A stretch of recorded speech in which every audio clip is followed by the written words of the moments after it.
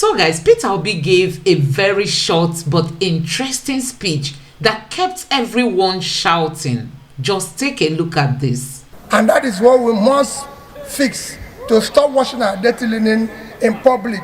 I wish you the best of deliberation. Thank you and God bless you.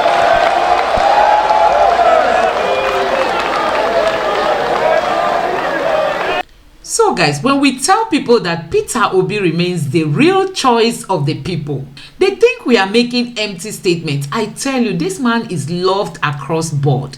He's loved across board, and he made a very short speech, and this speech was loaded. So guys, I'm going to allow you watch it in full. Just take your time and watch this. Please don't forget to subscribe to my channel, turn on the notification bell. Please give this video a like so that YouTube can recommend it to others. And let me know what you think in the comment section below. Thank you. Mr. Peter Obi, His Excellency, please, thank you very much. You are most welcome.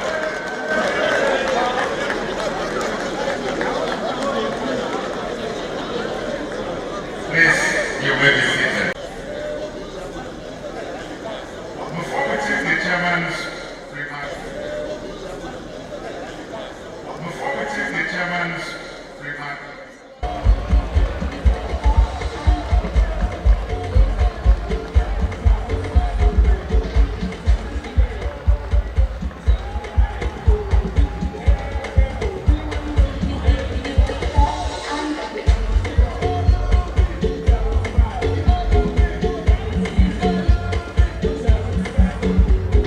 Are the owners of the party that I represent, and I don't want to lose my job. So I thank you for inviting me. I'm sure it's a delegate conference. I can only but wish you the best of deliberation and continue to talk about Nigeria. Mr. President, thank you for that very long, detailed speech. Whenever you listen to things like this, I at times want to say a few things that might not be in support of my own sister, because the chairperson is my sister. But when they say we wash our dirty linens in public, there's nothing you can do, because the linen is already in the public. You're just doing, because there's nothing you can do. It is we that are in government that is actually doing that. How do you, Mr. Chairperson, see what our brother read today? That we are going to face hunger strike in a country like Nigeria, where there's vast, fertile land. And he mentioned 3 states that is going to be mostly affected. Borno State, Adamawa and Yobe. These 3 states, Borno State is second biggest state in Nigeria, with 70.9 thousand square kilometers. Followed by, among the 3 states, Yobe is 45.5, and Adamawa is 36.5. 3 of them put together is 108,000 square kilometers. That is 5 times the size of Israel. Israel is 22.1.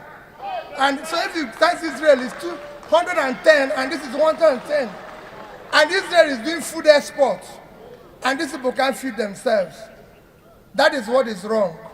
And that is what we must fix to stop washing our dirty linen in public. I wish you the best of deliberation. Thank you and God bless you.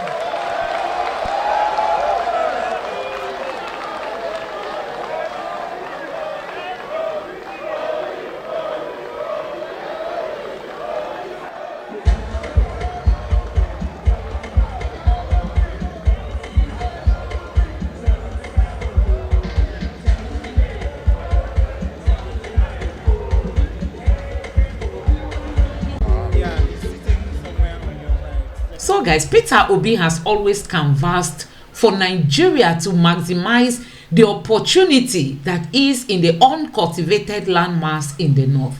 Peter Obi has always talked about, reducing the poverty rate in the north. And he said one of his strategies is going to be agriculture, that the uncultivated land in the north can make Nigeria millions and billions of dollars. And the APC came out recently, in about a week ago, to condemn Peter Obi for mentioning northern Nigeria. Just listen to this. About how if he was elected president or if he has the opportunity, he will begin to tackle poverty from the north. The same thing he's done with our young people, he's also doing with the north. There's poverty in Anambra State. While acting as governor, he did not eradicate poverty in Anambra State. There is still gaping poverty in that state. That's his own state. Why the north? Does poverty have a tribal identity, have tribal marks? Why is the poverty in the north more important to him than the one perhaps even in his own backyard? Well, to be fair to him, and I'm not their spokesperson, but he's not here, so we have to kind of reflect accurately what he said. The point he was looking at the percentages of poverty in Nigeria, and the highest percentages in the north. That's why he used it as an example. And the second thing, that the point I wanted to make was that he was on the program mostly to try and dispel some of the rumors that were swirling around him and the allegations that were made about him. He was saying, because he's got followers, he has a responsibility to the people who follow him. That's why he said that he was not in fact arrested in England, that he was not, he clarified certain points, because one of Mr. Tinubu's aides, it's all over social media, and a member of the APC mocked Obi over his alleged arrest, that he was treated like a common criminal, and requested that the UK should come and tell us what, the criminal things he had done. And so, in other words, and those were things that he felt affected the people who followed. Well, it didn't agitate him. He just felt... Clearly it did. In fact, it was very much an interview. And again, I'm not his spokesman or his defender, but he's not here to defend himself. And it was very much an interview that was for the consumption, that's the impression I had, of his supporters. And on a secondary level, perhaps, for his opponents, chiefly those in the APC. He was clearly trying to persuade his supporters that he was still the rock, as they call him, in spite of all the attempts by the APC to dislodge him. That's the impression that I got. No, Charles, when you come on national television, you're speaking to everybody. There's no such audience that is selected. No, I understand that. Okay? I'm coming. There's no sort of audience where you say, he was speaking to his supporters. If you wanted to speak to his supporters, call a conference, go to a venue, invite your supporters and speak to them. When you come on national television, whatever you say is available to every Nigerian who is listening. You have a wide audience, for your television. So whatever he says here was meant for the consumption of everyone, including myself. And I listened to that interview. What I'm saying is that, why is it that anytime something is said about Peter Obi that is uncomplimentary, there's a need to come out to speak to his supporters to set the record straight? Well, I would imagine that if things were said about your principle, you'd do the same thing. Charles, let me finish my thought on this. Yes, I would do the same thing. But when things are said about, Asiwaju Bola Ahmed Tinubu, the president-elect, for example, the same supporters of Peter Obi are the ones who make, a mountain out of nothing. For instance, during your interview, he said that, something about talking about the UK and his exit from the UK. He said it was in 2025. That was a slip. That was a normal thing that we have. You mean 2025? He said that. But if that was Asiwaju who said that, by now, this will be repeated a million times, even on this television station. All I'm saying is that we all make mistakes. But all I'm also the point I'm trying to make here is that Peter Obi has this penchant of really, appropriating other people's vulnerabilities for his own good.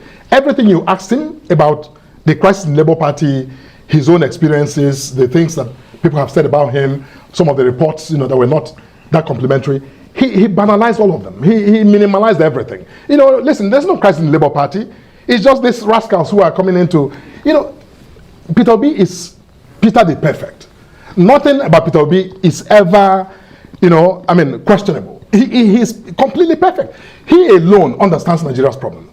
He alone knows the problem. Meanwhile, as a campaigner, for that position, Peter Obi did not offer one single policy, prescription to deal with all of these problems he says we have. What has he said? Even in manifesto at a point, he said he didn't have to, even offer a manifesto because he's Peter Obi. Why would he offer a manifesto? Other candidates who have more experience were willing to lay down their thoughts and their ideas, their vision in documents. So people like you, experts can review and critique, but he would not do that. Look, all I'm saying is that it's not enough. Look at the example he gave. Peter Obi is an importer of goods and products into this country. He talks about containers coming in, with goods and, leaving the country empty. How many of those containers has he ever filled to export so he can generate revenue that he talks about? He said, look, we need to just stop. This is not something I want to come on TV to, be discussing. But the point is that when a man who competed for election, lost an election, has hired, brilliant lawyers and, given them the mandate to go to court, and they've gone to court, I think that some of these issues should be left the hell alone. Right. So that we can move on. Because whether Peter Obi likes it or not, Nigeria is bigger than him. Nigeria is bigger than even the president-elect. It's bigger than even the current president. But collectively as a nation, we must move on. And it's time to move on. Well, let's move on. This behind. Let's move on in this interview. Because the next crucial phase for you as a party is the inauguration on May the 29th and the plans for this country after that. What are those plans in a nutshell? I mean, one of the big issues in Nigeria that nobody can deny is that the country is very divided at the moment. And the president, after he's sworn in, the president-elect becomes the president for all Nigerians. So what are his plans for unifying this country in a nutshell? I wonder if you might describe some of that for us and some of the other things you think are important to highlight. The president-elect is already on that question. He's been, from the day he was elected, his acceptance speech, all of the comments he's made, his remarks in, that are in the public domain, he's recognized that. He knows that he's becoming president at a time when this country has become intensely challenged with, coming together. Polarized, if you want to use that. Around, both the national questions and the issues of existential questions. He recognizes that. And I believe that, and from just being around him and listening to him, I'm convinced that he is coming to this with that sense of duty. He said that very clearly. He's going to be president for everybody, including Peter Obi. He's going to be president for you, for me, for all of us. And I think that Nigerians should just, hold their breath and give him that time of day to, get inaugurated and, take the authority of office. Yeah, but I think that in the initial optic, from his appointments, from the speed with which he's going to move. So guys, when we tell people that Peter Obi remains the choice of the people, Peter Obi is the choice of Nigerians. Some people think we are just making statements for making sake. I tell you, Peter Obi is the real choice. This speech he made today was very short, but at the end, everywhere people were shouting LP 58, LP 72, LP 90. So guys, you can see that the APC does not mean well for the Nigerian people. The APC does not mean well for us. They are just there for themselves and for their family. They don't think, they are not creative. They don't come up with super intelligent ideas that can transform Nigeria. They are just there, interested in embezzling the money that Nigeria has. In case you don't know, Buhari is having just less than 3 weeks to leave office and is wanting to borrow more money. He is asking the Senate to allow him borrow more money. And people keep asking, for what? Fellow Nigerians, it's high time we send these people home. It is high time we retire all these politicians so that Nigeria can breathe a little bit of fresh air. So guys, I hope you enjoyed this video. Please don't forget to subscribe to my channel, turn on the notification bell. Please give this video a like so that YouTube can recommend it to others. And let me know what you think in the comment section below. Thank you.